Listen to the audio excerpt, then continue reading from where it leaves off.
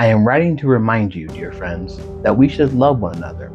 This is not a new commandment, but one we have had from the beginning.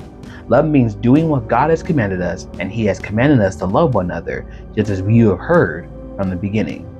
So now I am giving you a new commandment. Love each other. Just as I have loved you, you should love each other. Your love for one another will prove to the world that you are my disciples.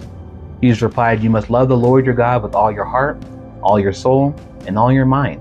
This is the first and greatest commandment. A second is equally important. Love your neighbor as yourself. The entire law and all the demands of the prophets are based on these two commandments.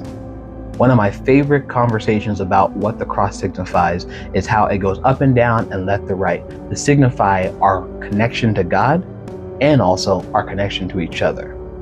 I've been saying it quite a bit these last few days. We need more love in this world.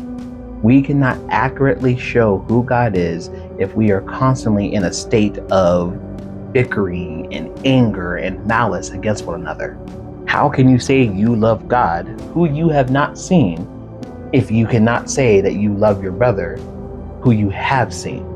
This is not anything new.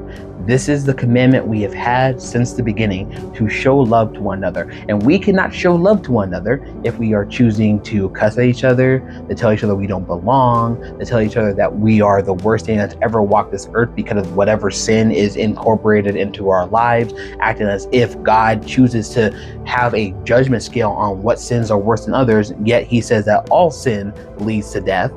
We are not showing love to one another if we are allowing each other to go hungry. We are not showing love to one another if we are not giving our time and resources and energy into making sure we all have a better life as much as possible. Jesus Himself said He came to give us an abundant life. And so a part of being Christian, which means to be Christ-like and following the rules and teachings of Christ, is to make sure that we are making every attempt to let each other live an abundant life as much as possible.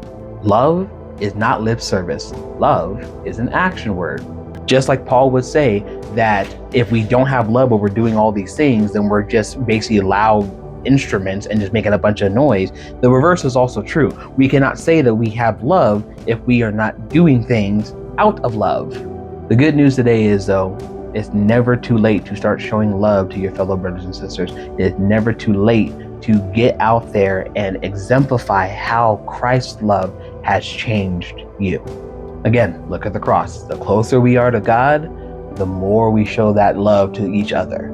That, my friends, is good news. Love y'all. Shalom.